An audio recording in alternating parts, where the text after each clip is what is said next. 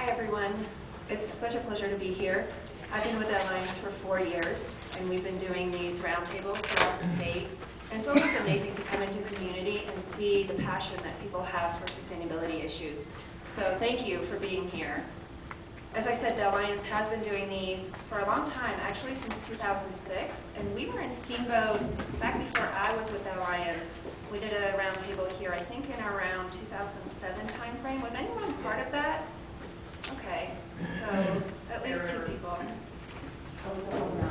Yeah, okay. Jana Sick. Yeah.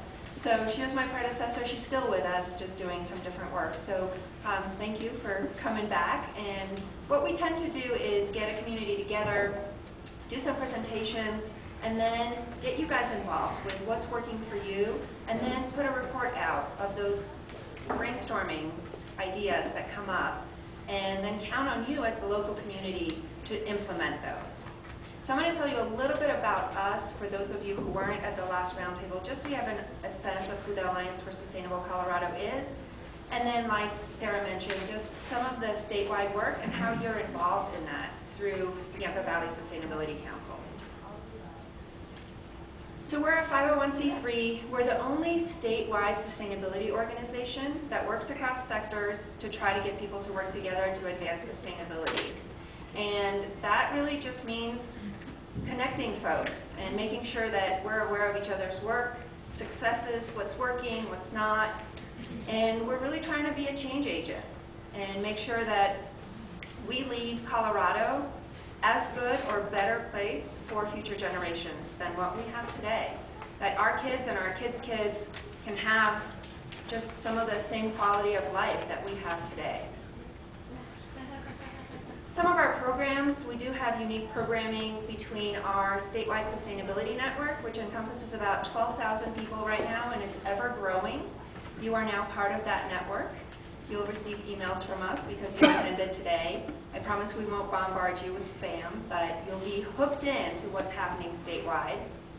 We also have our collaborative, which actually both CLEAR and Yampa Valley Sustainability Council are part of. And this is a subset. I'll talk a little bit more about what that network is doing and how you can plug in. And then you can read for yourself some of the other things, but one of the things that we did last year is we partnered with some educational nonprofits to pass the Colorado Environmental Education Plan. The school board voted on that, and it just means it's a voluntary program. It just means that our kids are going to be more able to talk in terms of environmental sustainability when they graduate. And then we've got our demonstration models and tools. Has anybody been to the Alliance Center, our building in Denver? Okay, just a few of you. I would encourage you, if you're ever in Denver, come see us. We've got 30 nonprofits all working on a piece of sustainability. It's the first building in the world to get 2 LEED certifications. So come, learn, connect with us when you're in Denver. And then the other project that's really close to my heart is the Sustainability Dashboard. Basically what we've been doing for the last year is trying to compile indicators of how are we doing as a state. And these are economic, social, and environmental indicators. They give a snapshot of really what's happening. Are things trending the way we want them to trend? Or can we do something if we're seeing that they're not trending the right way to reverse those trends? And so my whole thing is, how can we know where we're going if we don't know where we are? So this tool is really just a compilation of already tracked indicators that we're indexing to some things like per capita or per unit of GDP to get a sense of what's happening. I'm hopeful that that dashboard for 2012 will be released in May of this year. So please look for that tool, and I hope it's a decision-making tool that you all can use here when you're trying to make some decisions.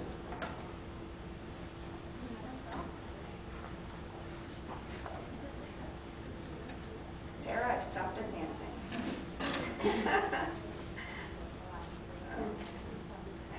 Mac. I'm a PC user.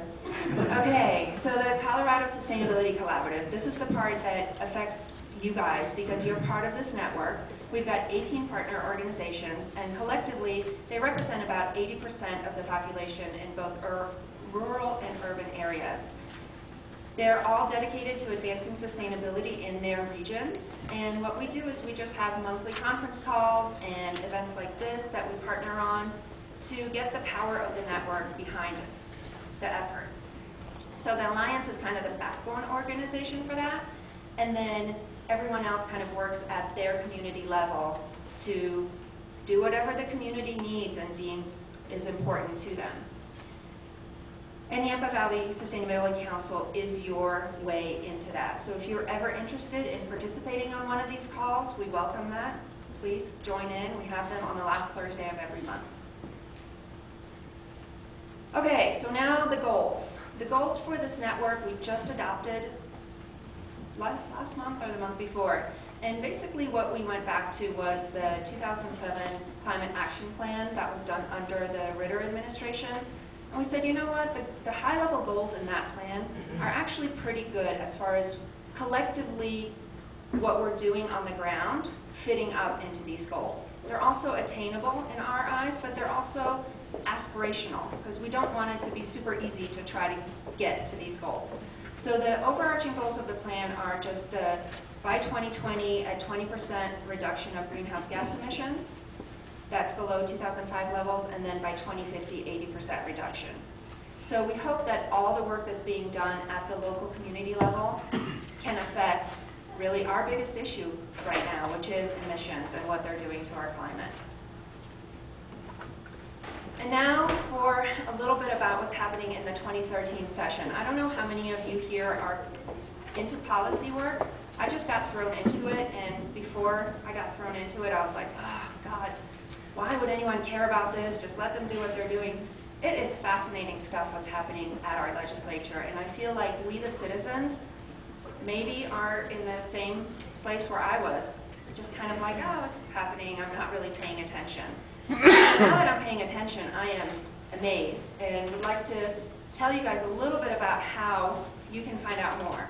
So the first is this link here, and we can send it out after the meeting. Shows the sustainability-related bills that are being tracked right now by the Alliance. And that is anything from economic development tools like benefit corporation legislation to water, energy, and other kind of sustainability-related issues. If you're passionate about something that you see up there, please contact Sarah, and she can get you guys connected to us and our lobbyists at the state capitol so that you can actually get in touch with your legislator, or you can pass the message along from the community to your legislators. So it's a great way to get engaged in that. The bills that I want to tell you a little bit about. Bless you, Chris. Oh, I didn't know I was on speaker, sorry.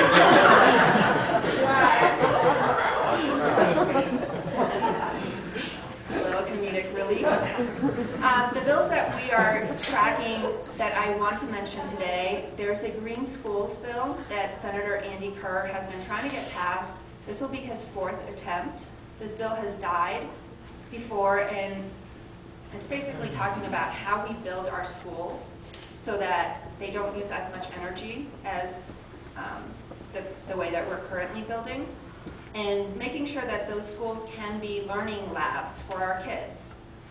There's also an energy efficiency bill. This piece of legislation hasn't been introduced yet, but we hear that it may be coming, it may not. What this bill does is the rural electric associations, the REAs, don't have the same robust demand-side programs as the utilities that are regulated by the Public Utilities Commission. And so what this bill hopes to do is to get them to the point where they're able to offer really good rebates and programs for energy efficiency work. There is a chance that there's going to be agreement without legislation, and I think everybody would like to see that happen, because, you know, we don't like regulation if it's not necessary. So if there's a way to get this done, they're trying to do that, and that's why this bill hasn't been introduced yet. But if that's your passion, and I know energy efficiency is kind of one of those non-sexy things, but it's the low-hanging fruit, as Sarah said. So look for that as it comes out. We'll have it on our website, and then you can get involved with some of the advocacy work if this is something you'd like to see happen. Building codes, our building codes in Colorado right now are at 2006 levels, and we'd like to raise them up to at least 2009 and potentially 2012. And so that's a bill that definitely is coming, so look for that as well. And then gray water. We have some really old water laws, and we want to make sure that people could use gray water if they want to, and this is a bill that would allow that.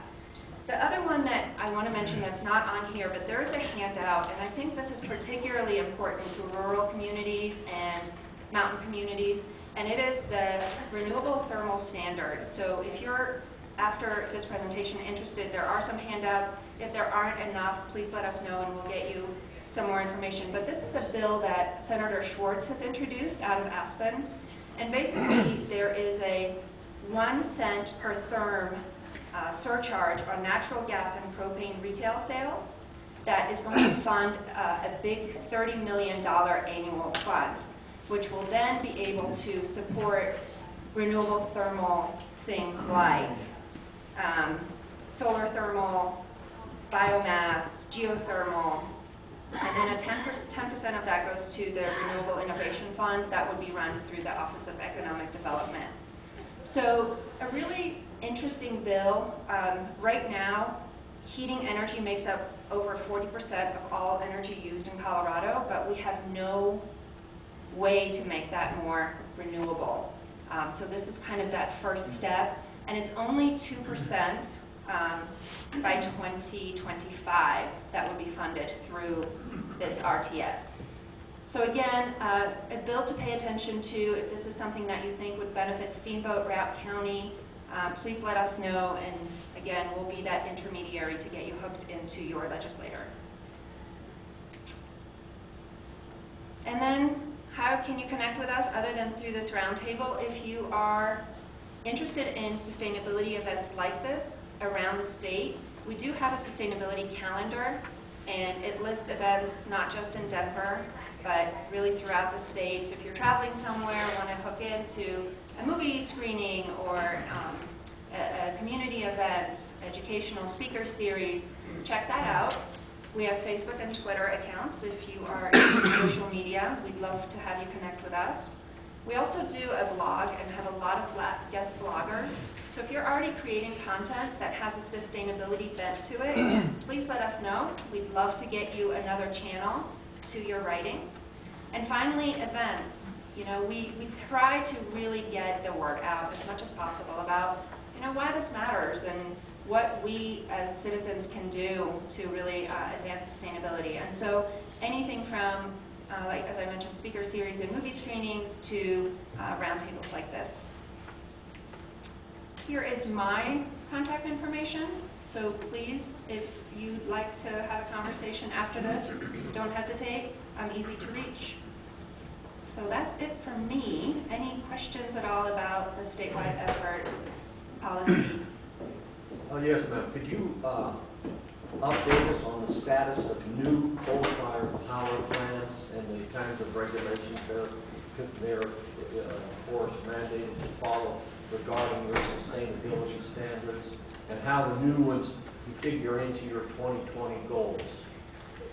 You know, that is a question that I am not necessarily prepared to answer. I just don't know enough about it. Now, we have in our center the Sierra Club, and they're doing a lot with coal-fired power plants. So I am happy to take your name and question down and get you some information on that. We also do have the EPA across the street from us, so I know, you know, there are standards coming out as far as making coal cleaner, but as far as the particulars of those, I'm just not well versed in that. That's fine, thank you. Sorry. Yeah. The bill you talked about green schools, is that just working to improve future schools or schools that have already been built? You know, I think everybody wants to do both. So the language of the bill is still kind of being decided, but we have a lot of existing buildings, and existing buildings take up most of our energy for heating, cooling, and lighting. It's over 50% right now of our energy use in the United States goes to buildings. So why wouldn't we wisen up and do existing schools as well. It's just a matter of how to do it without making it that it's cost prohibitive to the school district. Alice may touch upon some of the successes that they've had in Garfield County with their school districts. Poudre Valley School District, for example, did a lot of retrofits on their current infrastructure and buildings, and they've been able to save hundreds of thousands of dollars annually. So imagine that going back into the school rather than paying your electric bill, making sure that that money goes towards educating students. So it's going to be hopefully both. Question? Yeah. What was the significance of choosing 2005 as your baseline for the 2020 goals? We didn't choose it. We took it out of the Climate Action Plan, and so that was what was in the Climate Action Plan. Zach, do you know why they chose 2005? Yeah, 2005 was the last year a comprehensive greenhouse gas inventory was done for the state, and based off of what climate science was recommending, the reduction should be, they use that as the baseline for all of the numbers. We recognize that that number might have to be updated as we do additional greenhouse gas inventories. So I think the collaborative is trying to recognize that that's our benchmark. Let's continue moving forward and let's engage climate scientists to see if that needs to be updated, since it's been about 5 or 6 years. So we don't necessarily know if that was a high or a low year, that was just a year thing. Right, that was the last benchmark date. And Governor Hickenlooper has started talking about doing another greenhouse gas inventory for the state, but it's been many years since one has been done. So hopefully we can get some numbers and see what are we doing, especially per capita. We know our emissions will probably be higher because we have more people. Lots of people want to live in this state. I think it's probably important to know right now that Tim Winter did a ton of work on our greenhouse gas inventory, and he went off 2005 numbers. And Tim, you can update us on where you are with 2010, because we wanted to get some kind of comparison. It's a ton of work, so I think it's awesome that we have something to compare to the state. And Tim did a ton of work in Steve Foods. Yeah, we have updated a certain amount of the information. We don't have a completed report yet. On the horizon, I guess we can finish that. Anything else? All right. Well, thank you so much, and I'm going to turn it back over to Sarah.